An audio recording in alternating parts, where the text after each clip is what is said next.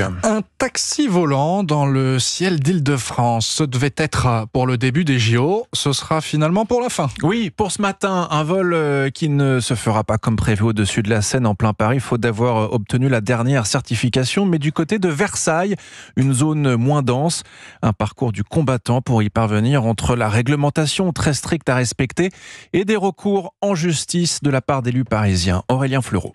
Le premier vol d'essai avait eu lieu en novembre 2022 à l'aérodrome de Pontoise. Le volocoptère avait effectué son décollage vertical, était resté quelques minutes dans le ciel.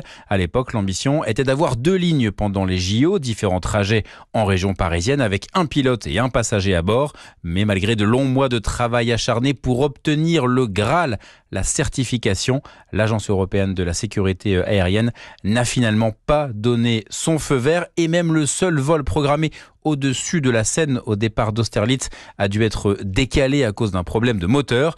Mais un vol de démonstration aura donc lieu in extremis pendant ces Jeux Olympiques à Versailles pour prouver que ces appareils électriques qui ressemblent à des hélicoptères en moins bruyants peuvent s'insérer dans l'espace aérien. Taxi de luxe pour quelques privilégiés, avait dit à certains détracteurs, mais aussi solution complémentaire pour assurer du transport sanitaire d'urgence, insiste le groupe ADP qui soutient le projet depuis le début. Aurélien Fleureau.